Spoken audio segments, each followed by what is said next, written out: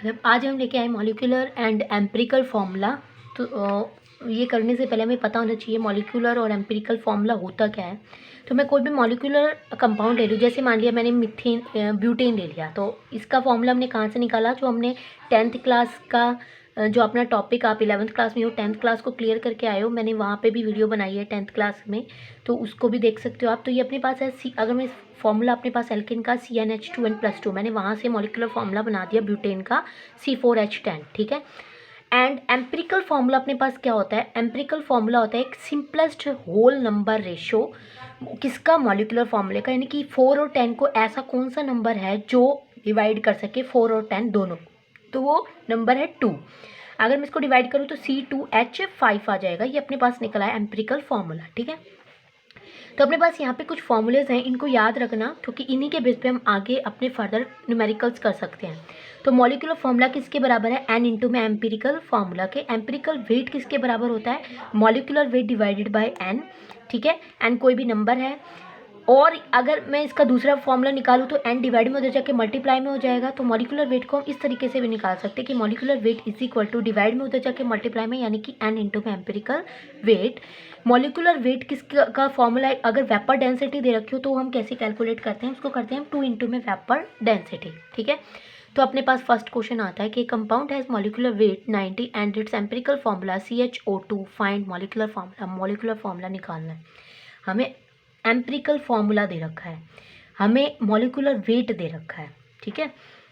अगर मुझे molecular weight दे रखा है तो मैं यहाँ से एम्पिरिकल वेट निकाल सकती हूँ, ठीक है, या फिर मैं n निकाल सकती हूँ। अगर मुझे n पता चल जाए ना, n की वैल्यू पता चल जाए, तो मैं देखो इसको इस वाले फॉर्मूले में रख के, एम्पिरिकल फार्मूला मेरे को दे रखा है, गिवन है कितना है CHO2, ठीक है, मैं इसके अंदर n की वैल्यू पुट करके वहाँ से मॉलिक्यूलर फार्मूला निकाल सकती हूँ। यानी कि मुझे n पता होना चाहिए। n को निकालने के लिए मैं क्या करूँ, ये n यहाँ पे एम्पिरिकल वेट इस n के मल्टीप्लाई में है, तो उधर जाकर डिवाइड में हो जाएगा, यानी कि मेरे पास n का फॉर्मूला आ गया यहाँ पे क्या, कि molecular weight divided by empirical weight, ठीक है।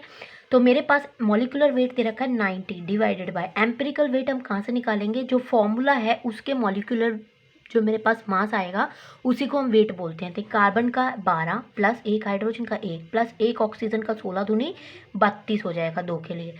तो 12 और 1 13, 13 और 32 कितने हो गए, 5 और 4 यानी कि 45 हो गए अपने पास। मैंने नीचे रख दिया 45 वन जा 45, 42 जा 45 टू जा 90, यानी कि n की वैल्यू मेरे पास कितनी आ गई 2, ठीक है। अब मेरे पास n की वैल्यू आ गई, तो मैं इसको इस फॉर्मूले में रख सकती हूँ कि मॉलिक्यूलर फॉर्मूले में, कि n इंटू में एम्पिरिकल फार्मूला।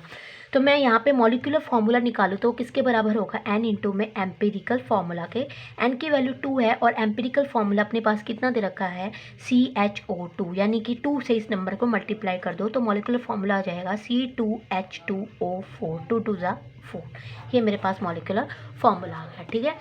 नेक्स्ट क्वेश्चन अपने पास, a compound has vapour density 45 and empirical formula CHO2, find molecular formula. उसके अंदर हमें क्या निकालना, मॉलिक्यूलर फॉर्मूला दे रखा है, आपके पास वेपर डेंसिटी दे रखी है, कोई बात नहीं। हमने अभी अपने क्वेश्चन किया था कि वेपर डेंसिटी अगर दे रखी हो तो भी मैं मॉलिक्यूलर वेट निकाल सकती हूँ। क्या होता है मॉलिक्यूलर वेट, 2 इंटू में वेपर डेंसिटी के, ठीक है भाई। यहाँ से हमने क्वेश्चन निकाल लिया, यानी कि यहाँ से हम क्या निकाल लेंगे, अपना मॉलिक्यूलर वेट निकाल लेंगे।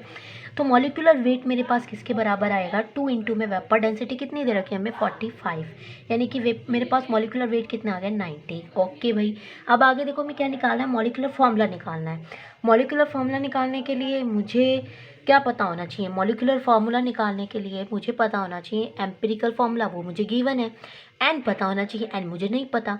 मुझे पता क्या है, मुझे पता है मेरे क्वेश्चन के अंदर मॉलिक्यूलर वेट पता है मुझे, मैंने अभी वेपर डेंसिटी से निकाल लिया, तो मैं इसको इस वाले फॉर्मूले में रख दूंगी।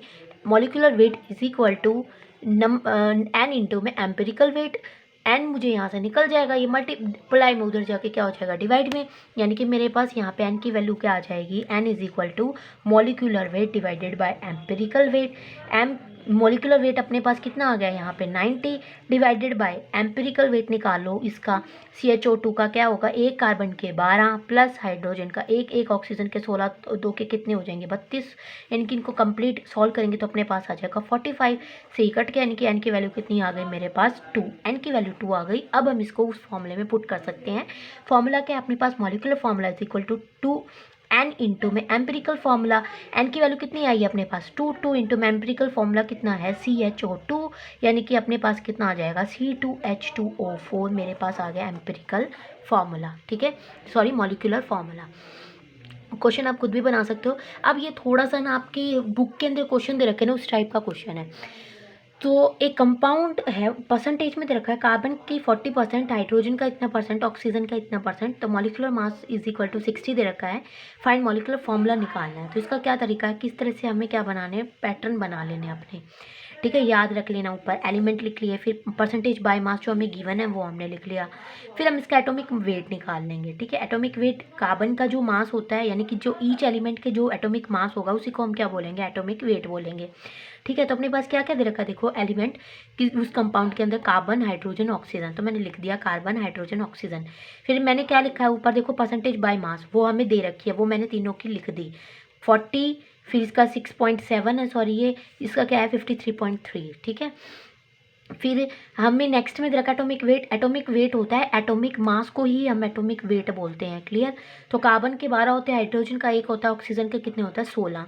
अब हमें क्या करना है, यहाँ पे रेशियो निकालना है, सिंपलेस्ट रेशियो, यानी कि एटॉमिक रेशियो निकालना है हमें। वो कैसे निकलेगा, परसेंटेज जो अपनी है, यानी कि परसेंटेज ऑफ बाय मास जो अपन को दे रखी है उसको हमें एटॉमिक वेट से क्या करना है, डिवाइड करना है। यानी कि 40/12 3.33 आ गया, 6.7 को 1 से डिवाइड करेंगे तो सेम वही आएगा, 53.3 को 16 से डिवाइड करेंगे तो 3.33 आ जाएगा अराउंड, ठीक है।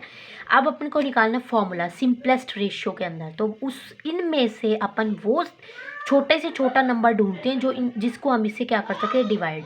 तो यहाँ पे सबसे छोटे से छोटा नंबर क्या है, ये देखो दोनों सेम ही है, ठीक है, इससे इन दोनों से छोटा कोई नहीं है और ये दोनों बराबर ही हैं। तो इसको मैं एक छोटा नंबर ढूंढ लूँगी, यानी कि मेरे पास छोटा नंबर आ गया 3.33, उसी को मैं तीनों से क्या कर दूँगी, डिवाइड। इसको इससे डिवाइड किया 1 आ गया, इसको इससे डिवाइड करूँगी तो 3.3 से करूँगी तो 2 आ जाएगा राउंड राउंड, इससे करूँगी तो फिर 1 आ जाएगा। तो यानी कि कार्बन 1 है तो मैंने लिख दिया C, हाइड्रोजन 2 है तो मैंने लिख दिया H2, और ऑक्सीजन 1 है तो ये मेरे पास आ गया O।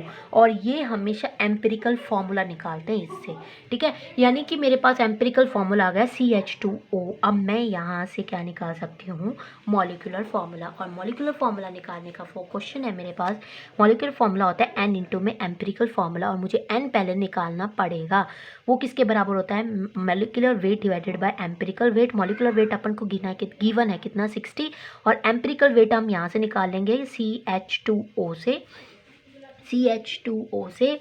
तो एक कार्बन का कितना है 12, एक हाइड्रोजन का 1 है तो 2 का कितना हो जाएगा 2, प्लस ऑक्सीजन का 16, ठीक है।